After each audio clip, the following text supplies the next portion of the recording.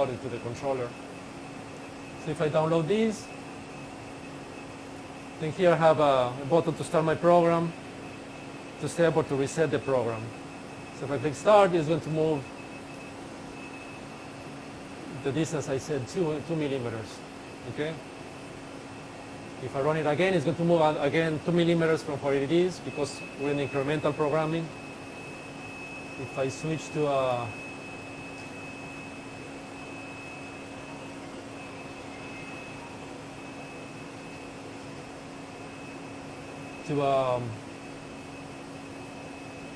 what is the semicolon here? So now I switch to absolute moves.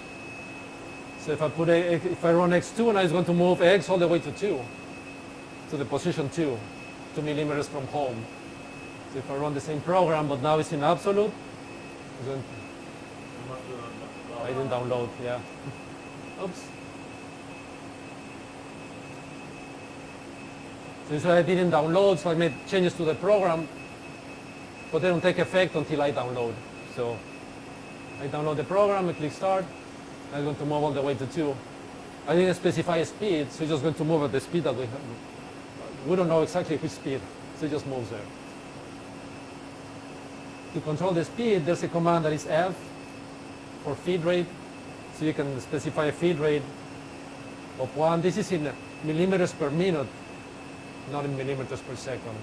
So if I put a 1, it's going to be extremely slow. So.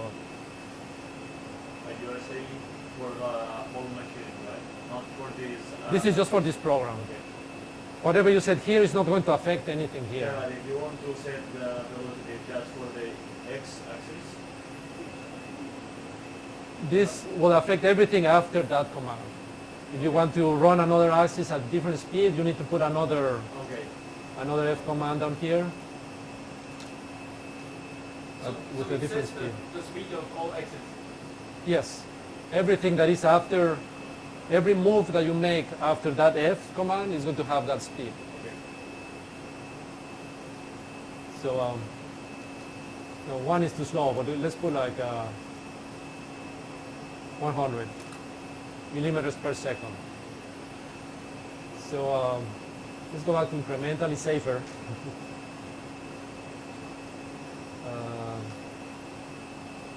So if I run that, you can run also negative.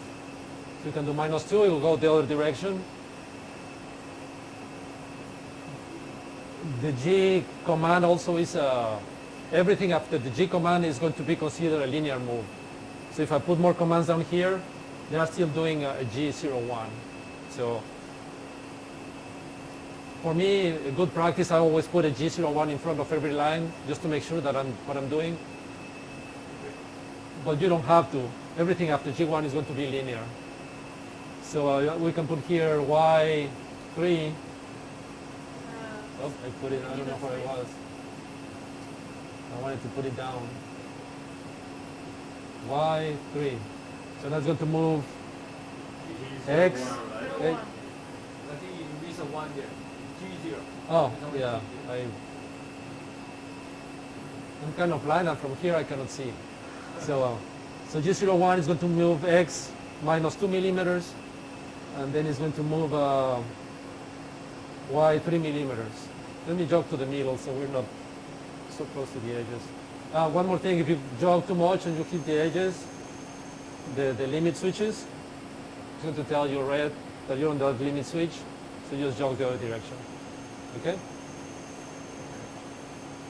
If both arrows are red, you have a problem, and you have to investigate if it's e-stop or something happened. Okay? So if I run this one, I download that, it's going to do X first and then Y.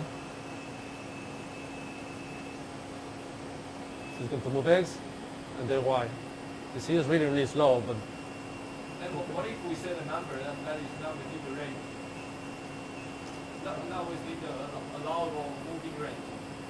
Excuse me? Let's say, for example, we set 10,000 Uh-huh. on x-axis, and then we exceed the... It doesn't matter, it will move as fast as it can. Okay. If you put a feed rate that is faster than what it can really do, it will just move at the fastest it can do. What if the position is our range? The position range? Yeah, Yes. if it moves